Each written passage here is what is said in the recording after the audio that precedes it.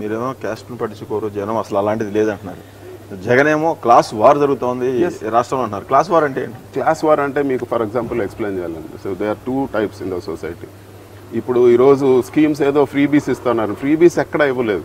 ఈరోజు జగన్మోహన్ రెడ్డి గారు ఏంటి, చిన్నపిల్లలకు మంచి చదువులు, స్కూల్స్ అన్ని రెనోవేట్ చేశారు. 40,000 పైచిలకు స్కూల్స్ ఈరోజు నాడు నేడులో రెనోవేట్ చేస్తారు. ఇండియాలో ఎక్కడా జరగలేదు. ఇండియాలో ఫస్ట్ టైం ఒక సీఎం చిన్నపిల్లలకు ఓట్లు ఉన్నాయా, వాళ్ళకి మంచి యూనిఫామ్లు ఇచ్చారు, వాళ్ళకి మంచి భోజనం పెడుతున్నారు, వాళ్ళకి ట్యాబ్స్ తీయించారు, ఇంగ్లీష్ మీడియము తెలుగు మీడియం సైమిల్టేనియస్గా వాళ్ళు ట్రైన్ చేస్తున్నారు, ఎంతో కాన్ఫిడెంట్గా ఉన్నారు. ఈరోజు 10th standard toppers government school నుంచి వచ్చారు. ఎప్పుడైనా జరిగిందా అనేది?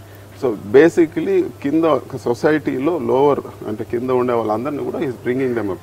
ఈరోజు వైద్యము, ఈరోజు హాస్పిటల్స్ అన్నీ రెనోవేట్ చేశారు, 16 మెడికల్ కాలేజెస్ కొత్తవి కడుతున్నారు, రకరకాలు వర్టికల్ షిఫ్ట్ ఈరోజు. సో అది కొంతమందికి నచ్చడం లేదు. చంద్రబాబు నాయుడు గారు స్టార్టింగ్లో ఏమన్నారు, ఆంధ్రాని శ్రీలంక చేస్తారు, ఫ్రీగా ఇచ్చేస్తారు. ఫ్రీ నేను ఒకటి అడుగుతాను, చిన్నపిల్లలు చదువు ఖర్చు పెడితే ఫ్రీ, విద్య లేనిది రాష్ట్రం బాగుపడుతుందా? అది ఎలా ఫ్రీబీ అవుతుంది?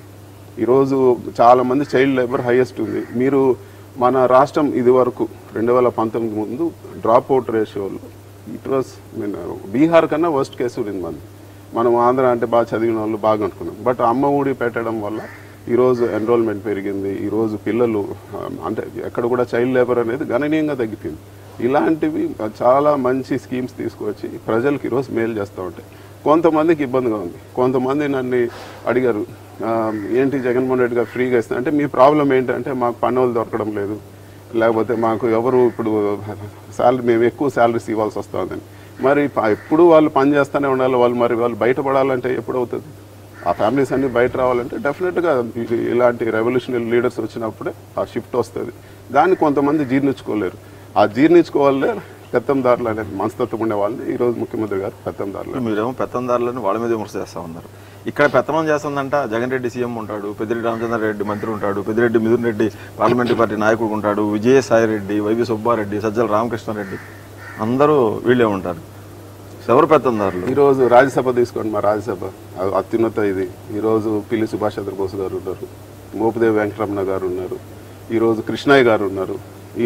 ఇప్పుడు ఇక్కడ నుంచి గొల్ల బాబురావు గారిని పంపిస్తున్నారు. రాజ్యసభ అంటే 100 కోట్లు ఖర్చు పెడతాను. వీళ్ళందరూ ఎంత పెట్టారండి? ఫ్లైట్ ఖర్చులు పెట్టుకొని ఢిల్లీకి వచ్చి నామినేషన్ వేసింటారు.